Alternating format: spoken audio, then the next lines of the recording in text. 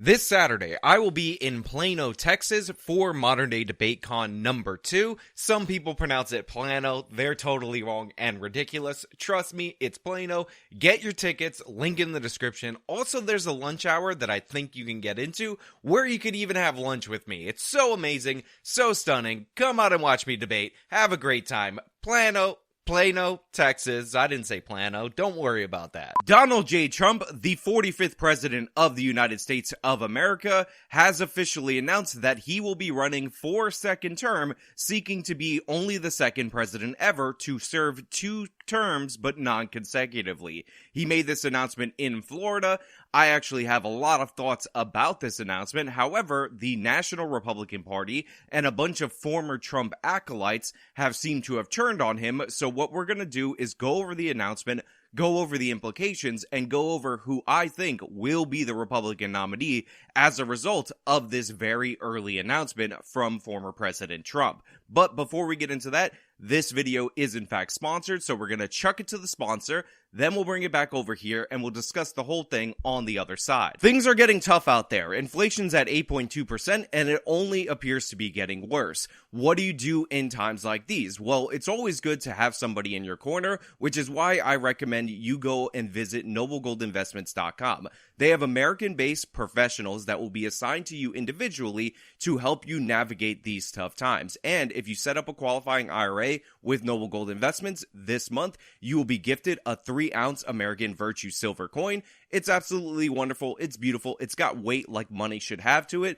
So go over, visit them at noblegoldinvestments.com or call them at 877-646-5347. That's 877-646-5347, noblegoldinvestments.com. So as promised, former President Donald Trump has announced that he will be running for a second term in 2024, and no, you are not wrong. This is incredibly early for a presidential announcement, as he's announced before the Georgia runoff has occurred, which is an interesting calculation on his part, because essentially, since Herschel Walker is his guy, and we must all work very hard for a gentleman and a great person named Herschel Walker, a fabulous human being who loves our country and will be a great United States Senator. Herschel Walker, get out and vote for Herschel, and he deserves it.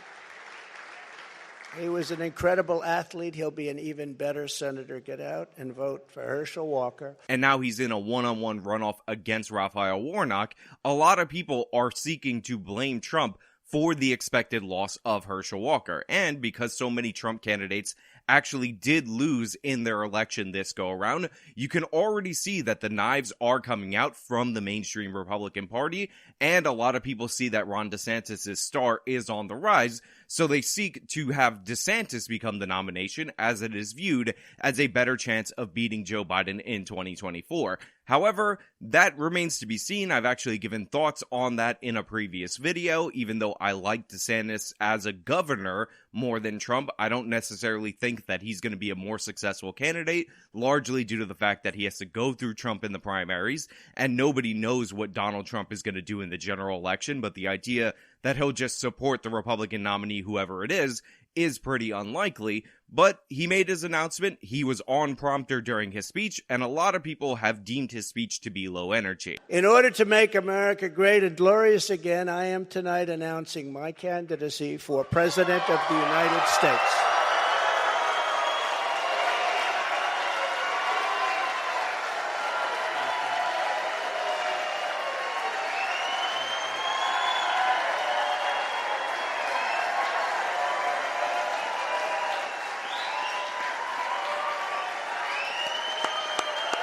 Thank you, Chris. Thank you. All of you. Now, already, when we're talking about President Trump being low energy, this is actually where I come into dispute with a lot of people who are breaking down this announcement for president. Remember, a lot of these people have already in their minds or in their hearts moved on from Donald Trump, so they're clearly grading in a negative way. And I actually thought for the first 20 minutes of this speech, the fact that he was on prompter so he can highlight each and every specific point in the message that he wants to lay out, which is his case from his previous administration versus Joe Biden's administration on why he should be the nominee, why he should be president of the United States again. He was actually really good. This was some of the best Trump on prompter that I've seen in his entire run. Obviously, it's not going to have the fluid energy of Trump talking to a crowd and jazzing them up and going off the cuff where you're on the edge of your seat wondering which outrageous thing he's going to say. But the thing is, this was good Trump on prompter for about 20-25 minutes. However, at a certain point throughout the course of the speech, Trump started to ramble, and it's just factual that he did. A lot of news agencies actually cut away from it. Very notably, Fox News has cut away with it because Fox News has pretty much moved on from Donald Trump in their minds and in their hearts. Now, I will say that if Trump becomes the nominee, you can expect a lot of these news organizations to fall back in line, a lot of these internet influencers to fall back in line, because that's essentially what they did during the 2016 primaries, where they backed Cruz or Rubio or Jeb Bush or whoever over Donald Trump, and he eventually became the nominee. And very few of these people are actually honest about it, where they were on Trump during that primary. I've said it before and I say it again. I didn't think Donald Trump was going to win. I did think Hillary Clinton was going to eventually pull it out. However, he did win, and Hillary Clinton was so unpopular that that could happen. And then you have to judge the administration, in my opinion, based on the merits. However, a lot of people were really against him. They were really hating on him. And then all of a sudden, when he became the nominee, they decided to support him. A bunch of the so-called never-Trumpers were really against him up until Election Day. They talked about voting Republican down ballot because they said, oh, this is not the last election ever. Hillary Clinton becoming president for one term, it won't be the end of the world. And then when he won, all of a sudden they were on board with him. A lot of this happened in places like the Daily Wire and at a bunch of other right-wing mainstream media outlets. And a lot of people get angry about that. They'll say, oh, Ben Shapiro was never Trump, then Trump won, and he changed his position on Trump. But I'm actually totally fine with people doing things like that, because if you weren't against him, you didn't believe in him, you thought his record as basically being a 90s Democrat wasn't going to be sufficient for him going into office, but then you were won over by the policies because you were judging it on the merits.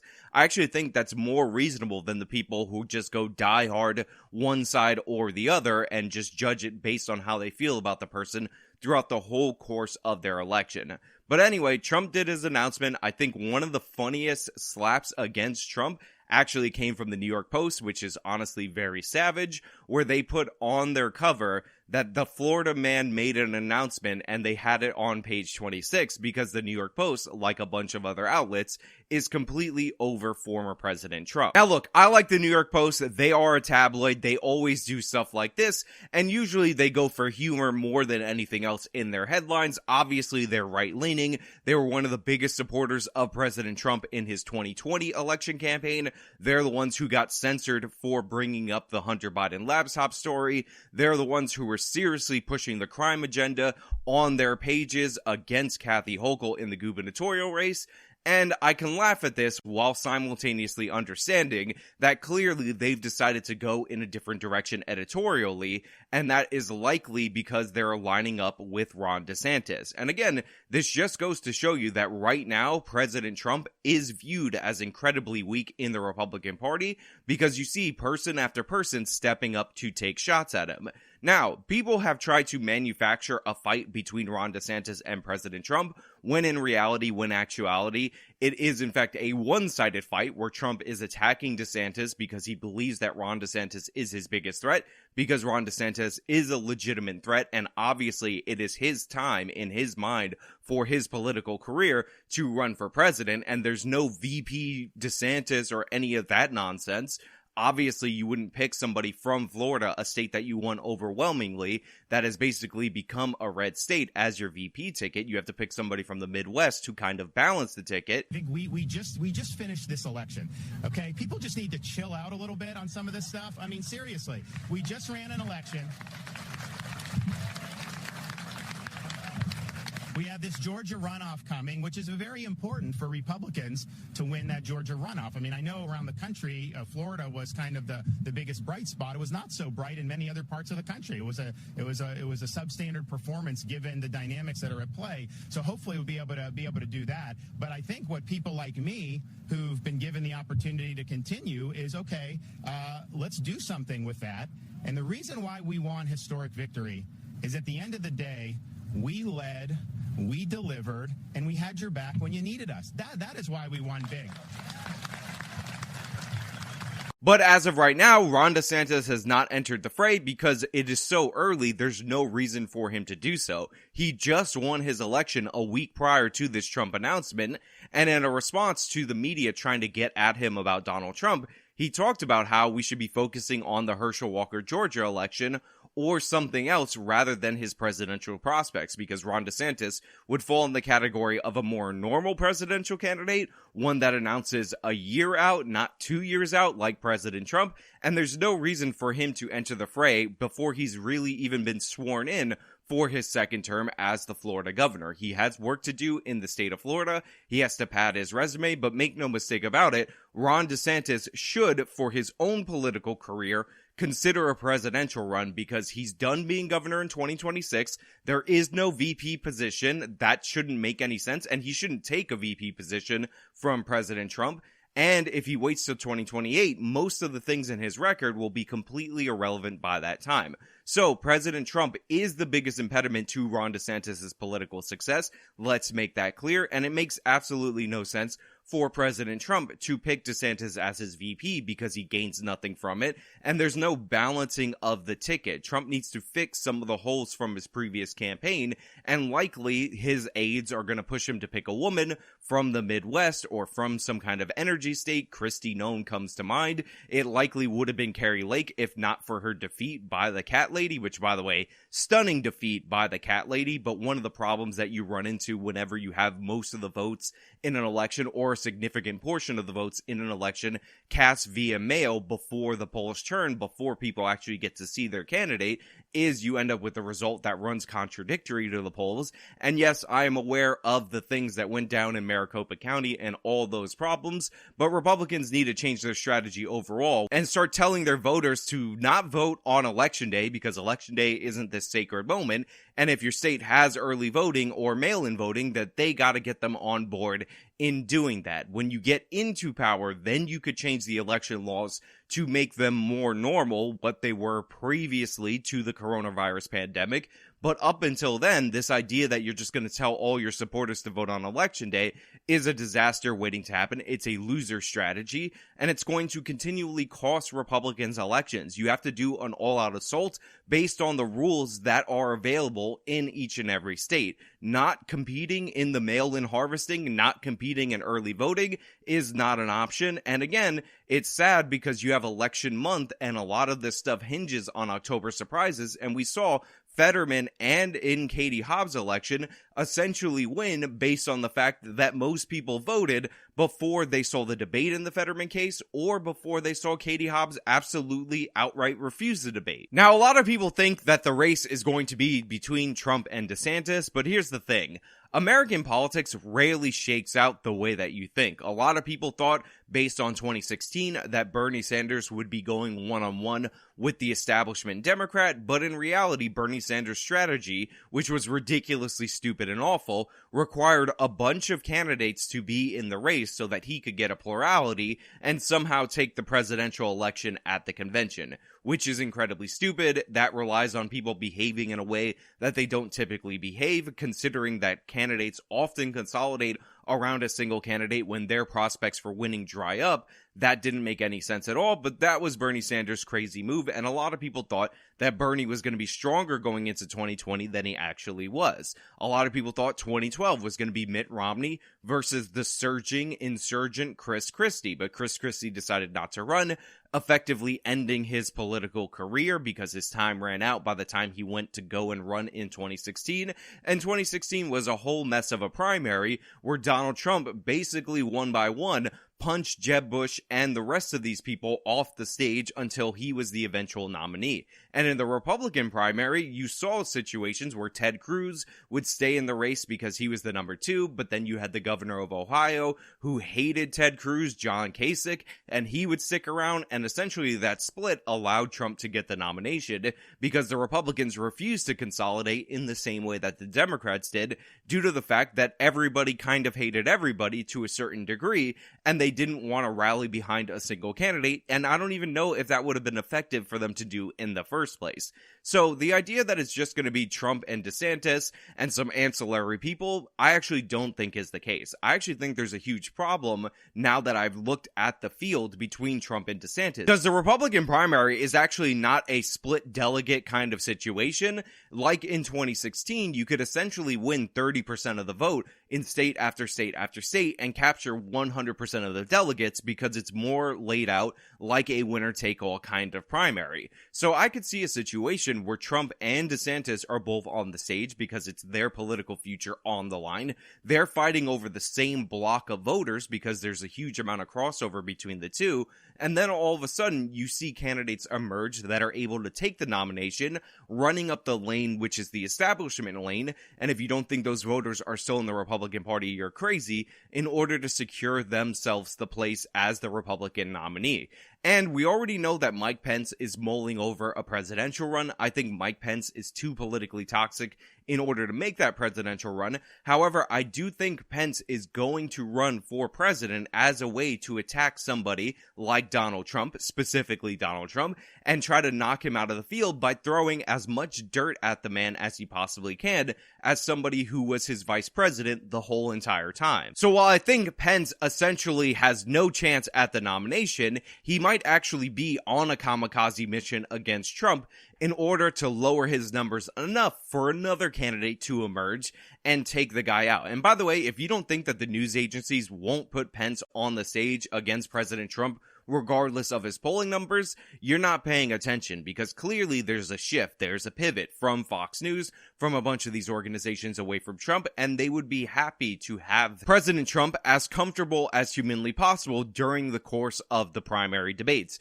So you can expect when Mike Pence announces for him, regardless of polling numbers, to share a stage with President Trump, because Fox News seems like they're going to do that, and MSNBC, CNN, and all the other mainstream news outlets are also going to do the same, because what they want to do is tarnish Trump as much as possible, knocking him out of the primary. And this is going to lead to a very unsettling candidate for most of us, likely securing the nomination in 2024. In fact, my sleeper pick for the Republican nominee in 2024, write it down as of November of 2022, is Utah Senator Mitt Romney. What's up, gangsters? It's the MI double tizzle. It's not the next step in my career, by the way. I don't have a political career. I'm also unemployed. Born on a mountaintop in Tennessee, greenest state in the land of the free, raised in the woods so he knew every tree, and he killed himself a bear when he was only 3.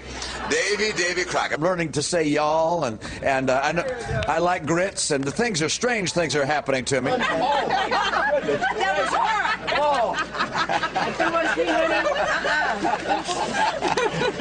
I love this state. It seems right here. The trees are the right height.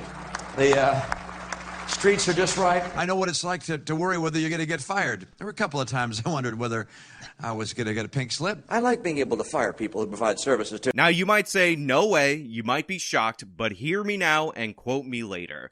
Mitt Romney can run for president again despite the fact that he lost the general election, because by his logic, President Trump is running again, despite the fact that he lost the general election. And Mitt Romney can make the case that Obama was a far stronger candidate than President Joe Biden was, therefore his loss should be viewed as less significant, and he could use that as a way to get him into the race. On top of that, the idea that Mitt Romney isn't still eyeing the presidency is absolutely and patently absurd. Mitt Romney forced Orrin Hatch to retire in Utah just so he could grab that Senate seat so he could be relevant in politics. Mitt Romney tried to get the Secretary of State position from President Trump. President Trump refused him because Mitt Romney is interested in running for president again because it's his dream of all dreams to become the president of the United States. It's the dream of his father, George Romney. Are you just going to keep talking? Yes, you're going to let me finish with what I have to say. We're not going to kill Big Bird, but Big Bird's going to have advertisements, all right? Take a risk. Get the education. Borrow money if you have to from your parents. America's right, and you're wrong. President Obama will turn this country around. We believe in America. We believe that our best days are ahead of us. President Romney. Just a kid that wants to make a difference for America. I'm not familiar precisely with exactly what I said, but I stand by what I said, whatever it was. Now, on top of that, Mitt Romney is doing a bunch of other things to strategically position himself to run for president again. He recently dropped an op-ed in the Wall Street Journal. Obviously, he did all the other things that I talked about, getting that Utah Senate seat, trying to make himself relevant, and he's trying to curry favor with the mainstream media so that he can get positive coverage as the sane candidate going into the 2024 primary, because we all know that the left-wing media likes to pick the most moderate, weak Republican going into the presidential election, so that way people could think that they have a chance of pulling people from the center to their side, because this is exactly what they did with John McCain in the primary and Mitt Romney in 2012, and what they tried to do with John Kasich. The media really tried to make this guy happen, even though he was not going to happen, and Mitt Romney is currying favor with the very same media that, by the way, sold him down the river against Obama, just to show you how much he just wants the nomination, because he thinks he has a genuine shot. And here's the worst part about everything that I just said. Mitt Romney has a genuine shot because President Trump is likely going to be running against Ron DeSantis. He might even be running against somebody like Glenn Youngkin. When you have a fire in an aircraft, there's no place to go exactly. And you can't find any oxygen from outside the aircraft to get in the aircraft because the windows don't open. I don't know why they don't do that. In fact, there's likely to be 3 or 4 candidates running in that exact same lane that President Trump is running in, competing for the same strain of voters, a lot of which have become disillusioned with Trump and might be seeking one of these Trump without the baggage, the policies of Trump without all the downsides of President Trump as a person. And when all those people are fighting over the same share of voters, guess who has a chance to get that 30% establishment core? Mitt Romney. So this is really going to happen. I really think he's going to be the guy. When he announces, he's going to have a good chance. You guys are going to want to laugh him off the stage, but essentially all these other candidates are going to be focused on attacking Trump directly, so Trump's going to be hitting back against them, and unless he spots Mitt Romney as the actual legitimate threat that he actually is and takes him out Jeb Bush style, Mitt Romney has a genuine, legitimate chance of becoming the nominee. Mike Pence is the legitimate distraction candidate for President Trump. Liz Cheney, if she decides to run, is the legitimate distraction technique for President Trump. These are people that he has beefs with, that he wants to go after, that he thinks try to undercut him, that he's going to spend a lot of time and energy on. And Mitt Romney, the person who's mild-mannered and doesn't look like a threat, is going to be able to sneak in as those people draw the fire as the establishment choice. On top of that, if Mitt Romney does secure the nomination, you're probably going to be looking at a Romney-Cheney ticket or a Romney-Pence ticket as a way to kind of say, we are moving on from President Trump. This is the new direction of the party, and depending on how bad things are, Mitt Romney might accidentally become president through this method. You can never be too cautious with somebody like Romney who definitely wants to be president. You can never be too cautious with anybody whose actual name is Willard, aka the dude that can control a bunch of rats, because they are fleeing the sinking ship or the perceived sinking ship that is President Trump, hoping to put DeSantis and Trump against one another. Also, Mitt Romney can run up the sidelines without anybody paying attention to him, catch this Hail Mary pass, and become the Republican nominee in 2024. And the crazy thing is, a lot of you get this. A lot of you understand this. I dropped 2 polls on my community tab and over on Twitter asking who's going to be the Republican nominee in 2024. And both polls actually picked Mitt Romney because both polls acknowledge what's going on. And despite the fact that they are very scientific polls, the majority of people in my audience recognize what's happening and know that Mitt Romney has a giant chance of being the nominee. So yeah, President Trump announced there's some things that I like in his speech. He kind of rambled a little bit later on, but if you look at the environment of politics, we're likely to regress back from Trump towards people like Mitt Romney, not go to the future or to another candidate or to a Trump without the baggage like Ron DeSantis. So yeah, Mitt Romney is a threat. You need to start attacking Mitt Romney right now, because if you don't, Mitt Romney will steal the nomination from everybody, and he won't become president because he's a loser candidate. But hey, those are just my thoughts. Let me know your thoughts down in the comments below. If you like this video, show me by leaving a like, subscribe for more content, follow me on all my social media, support me via the support links in the description box of this video. This has been me talking about the 2024 presidential run because Trump announced way too early. Till next time.